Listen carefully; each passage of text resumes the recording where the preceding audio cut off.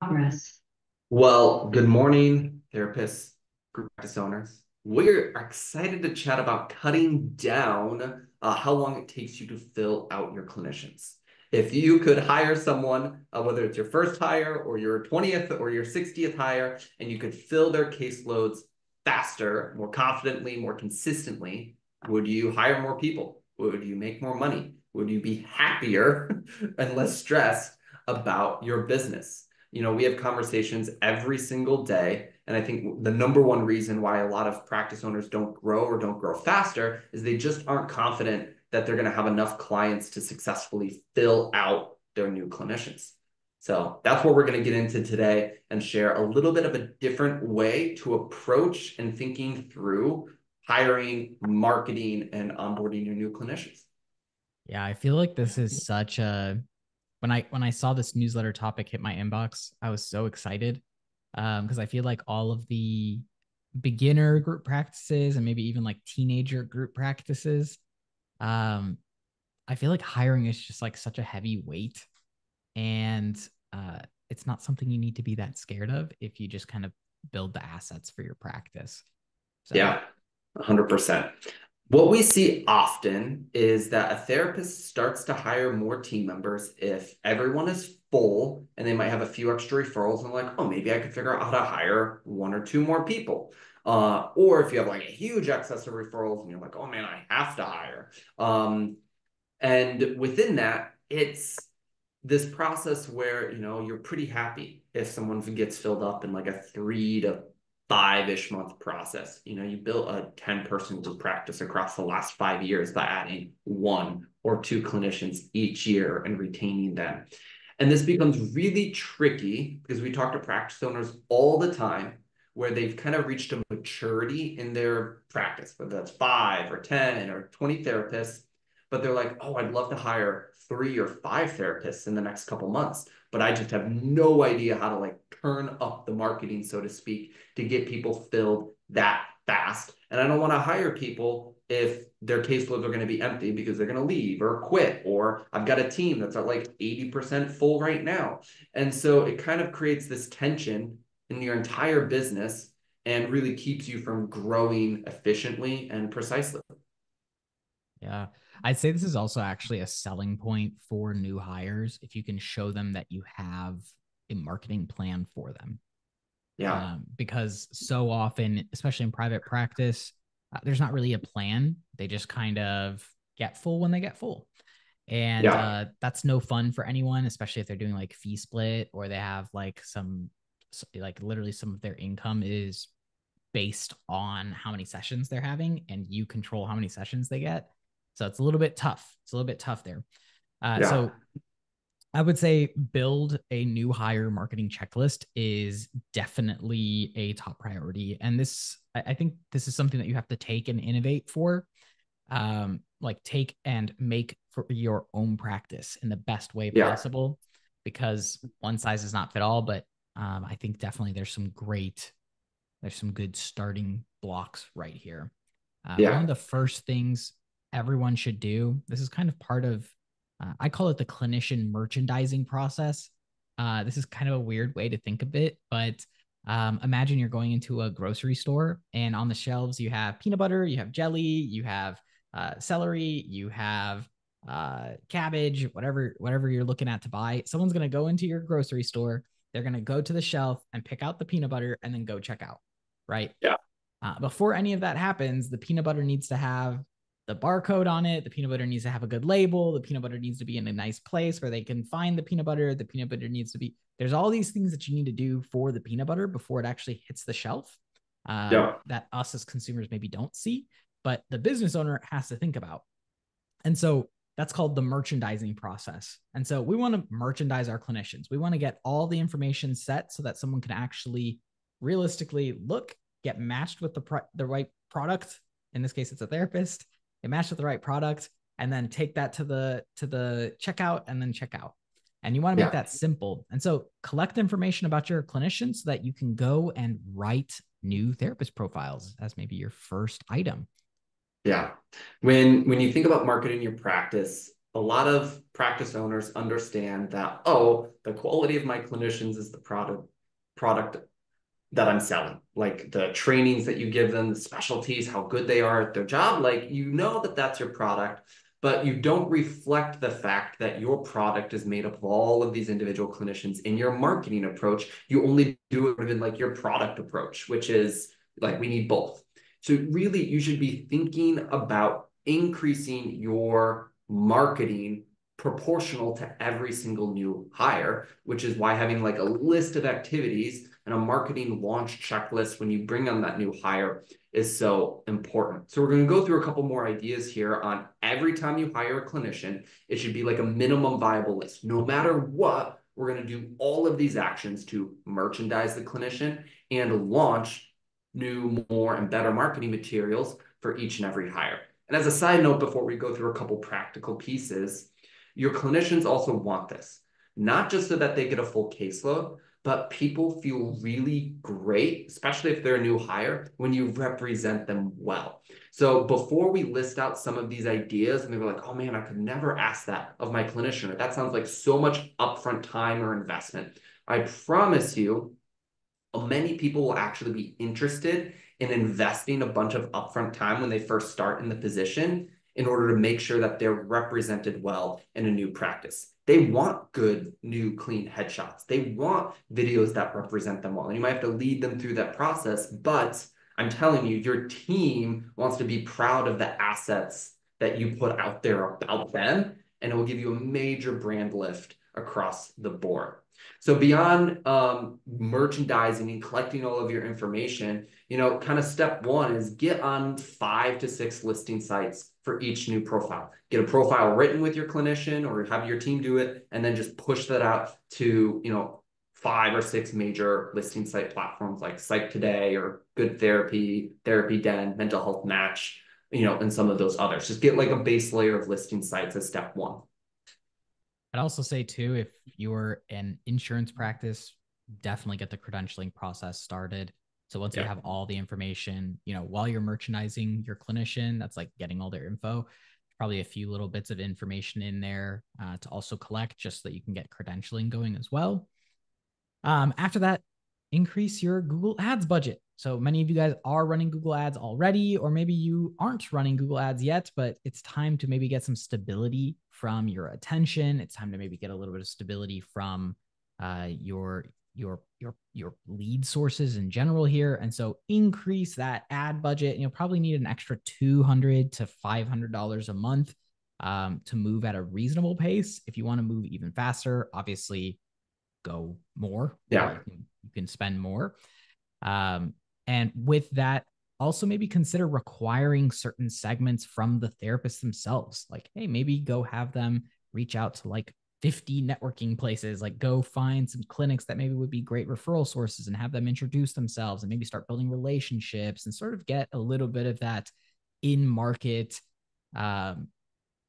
healthy relationship building that really any business owner or anyone participating in a practice should probably have anyway.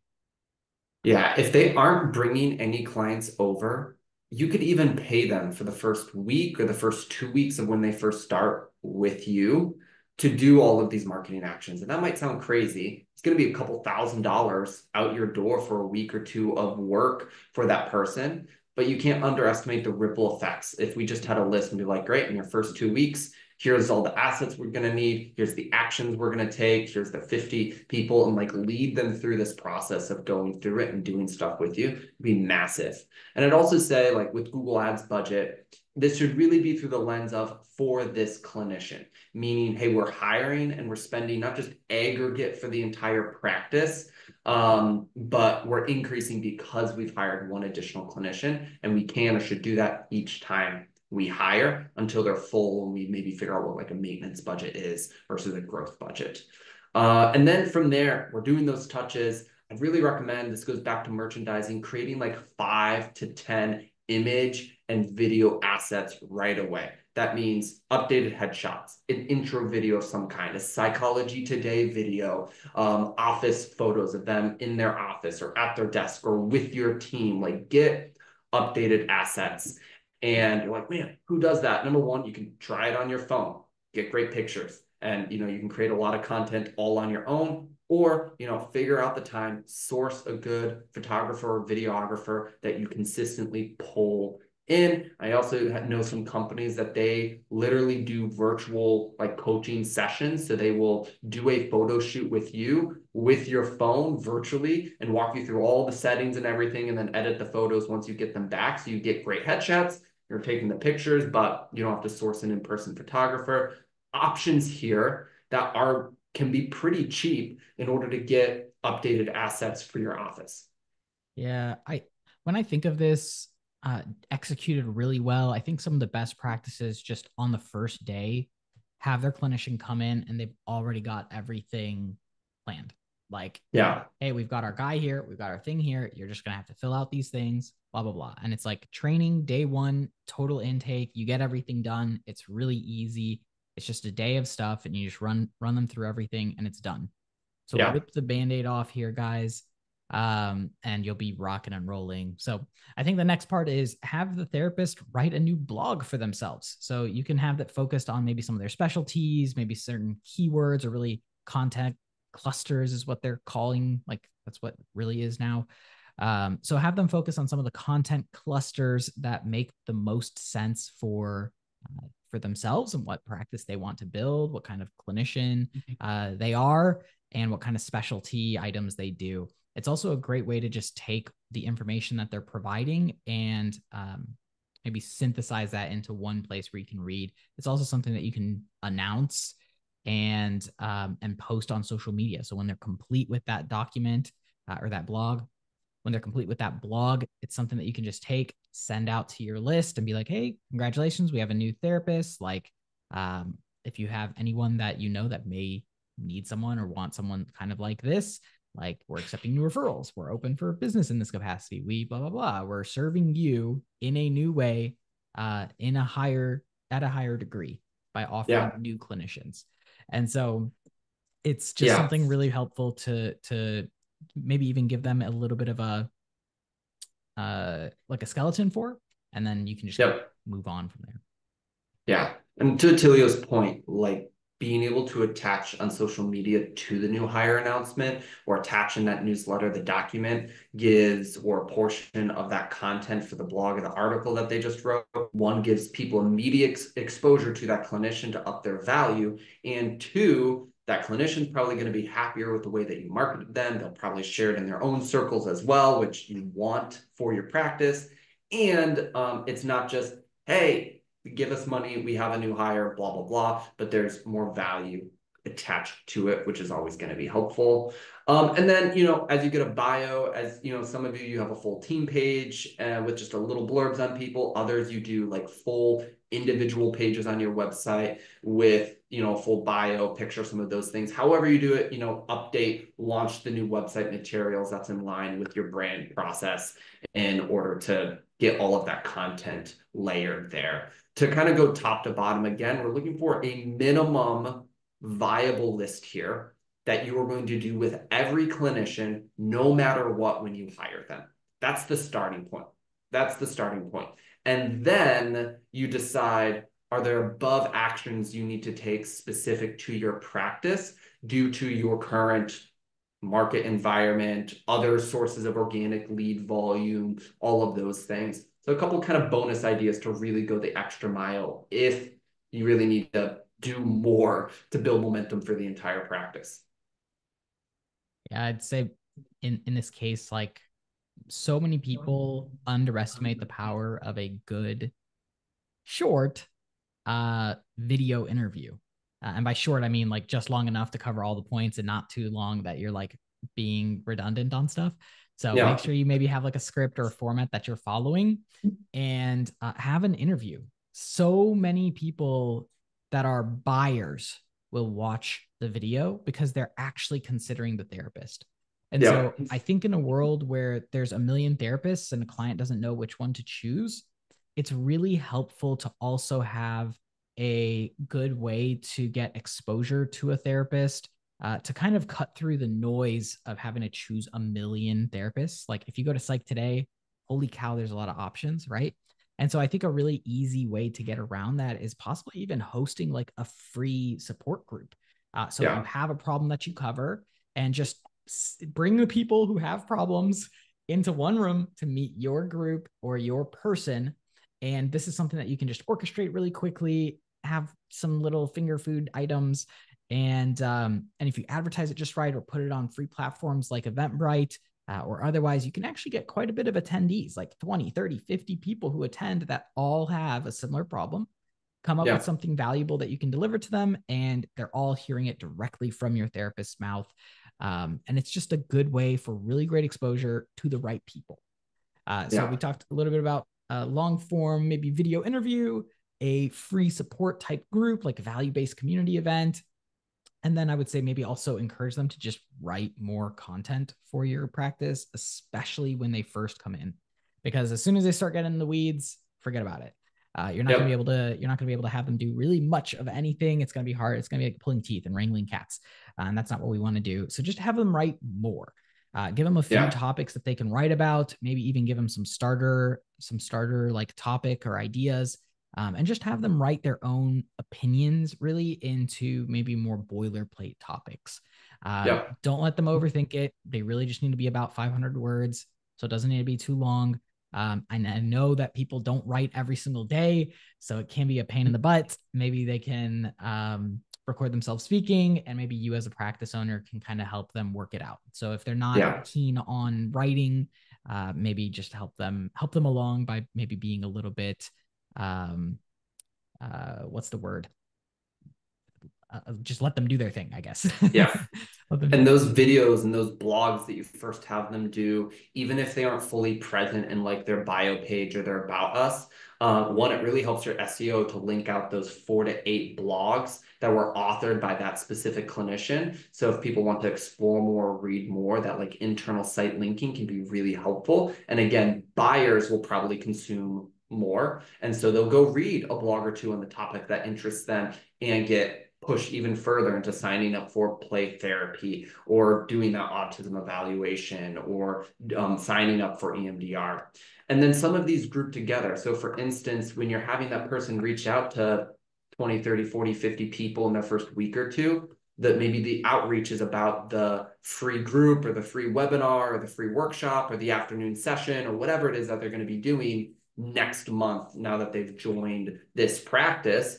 And great, you get 10, 30, 50, 100 people to show up. You interacted with a bunch of network partners who might be interested in that and like reactivated there, and then probably get some clients for both them and for other parts of your practice. And this all holistically works together to raise the brand, the value, and then the specific caseload of this individual clinician. Because if you can get them full in 4 to 8 weeks, as soon as they get hired, you can hire more people, but specifically, you can profit from all of these actions sooner. So this upfront investment in time and energy and ads and across the board comes back to you sooner. It's like I call the cash conversion cycle. How fast does your money return to you when you're putting actions into your business? Yeah, I'd say a lot of this is compounding too, right? Imagine 100%. you're in a practice and you decide to hire 6 times this year, and you set the new standard, right? We're coming up on quarter 1 here in a couple months. So you set the new standard. You're like, Attilio, I'm going to write out my new standard marketing plan. As soon as someone comes in, we're going to high five. And then January 1, any new clinician that you hire, they're going to run through this process that you've set up now, this new standard.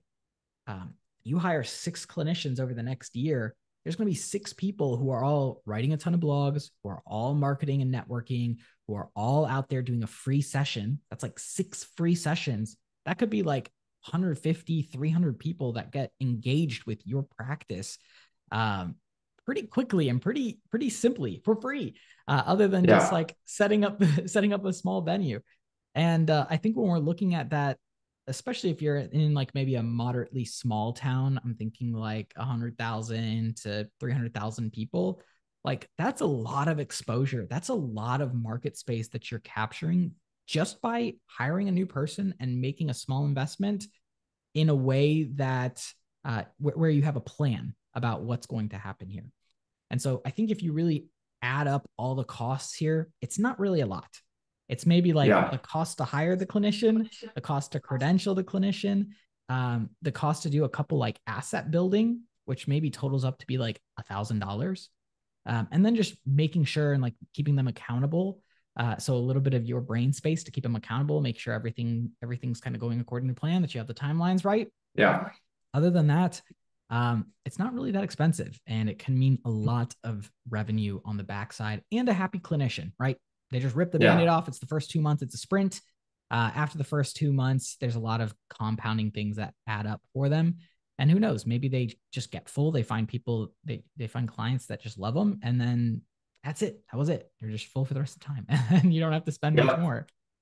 Yeah. And then you can focus long term on retention training, on value of clients, on just recurring marketing activities that your corporate, your office, and you do as the practice owner versus clinicians do. You don't want your clinicians who are worth a lot of value on a time level to be spending tons of time and activity in your group practice doing tons of marketing actions. However, I think group practice owners try and over promise support and delivery instead of understanding that like your therapists are the product and a pivotal part, and you have to find ways to expose their value to the world. And this is so true if you're cash pay. You have to find ways to expose their value and their expertise to the world. And it's one of the only ways to stand out against everyone else who's just doing therapy. And so if we don't take an approach like this and go the extra mile to really secure great benchmark cornerstone content and processes for our clinician that are clinician centric, we end up having a totally washed out process. And that's produces low referrals. And kind of two last thoughts. Number one is you probably don't have to do it all. Everything that we mentioned, you probably don't have to do all of that.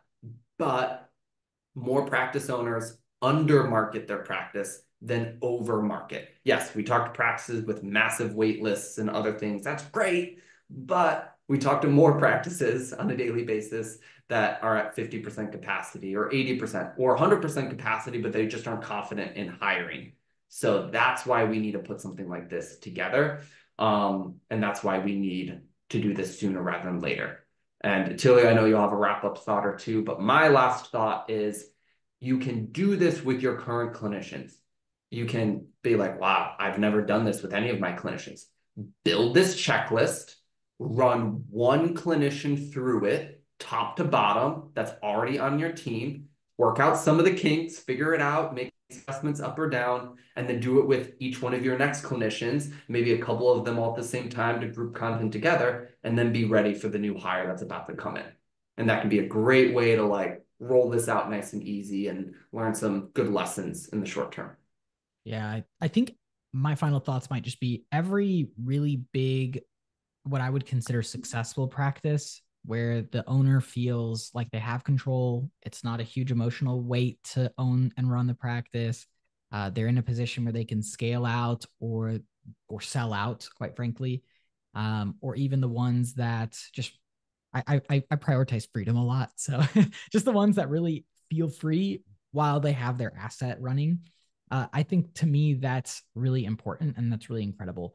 And they all have something like this in place. And it's because it's just a staple. It's something that needs to happen. When someone new comes in, like you expect to hire people, people will leave. So you have to hire. Like hiring is part of the song and dance of running your practice. So you will hire. It is inevitable that you hire. When you're looking at the process for it, having something like this is just invaluable.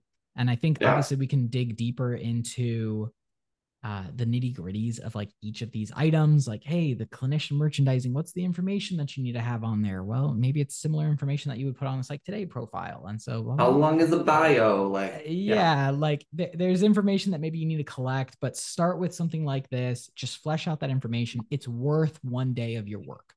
It's worth one day of work because it really doesn't take you much. It'll take you one day of time, and then just budget in when you hire that you probably have to spend $1,000 for the new clinician, among other things, just to kind of get them rocking and rolling. And then other than that, when it comes to time and speed on execution, having a checklist, especially if you have a checklist with timelines, like due dates and timelines on here, like these are all milestones that have to happen. That's going to help you clarify and create velocity for your practice. So Yeah. as the practice owner, you are the one who is responsible for the velocity of how fast your practice will move. You are the one who sets the pace. And so no one else will set the pace like the owner can set the pace.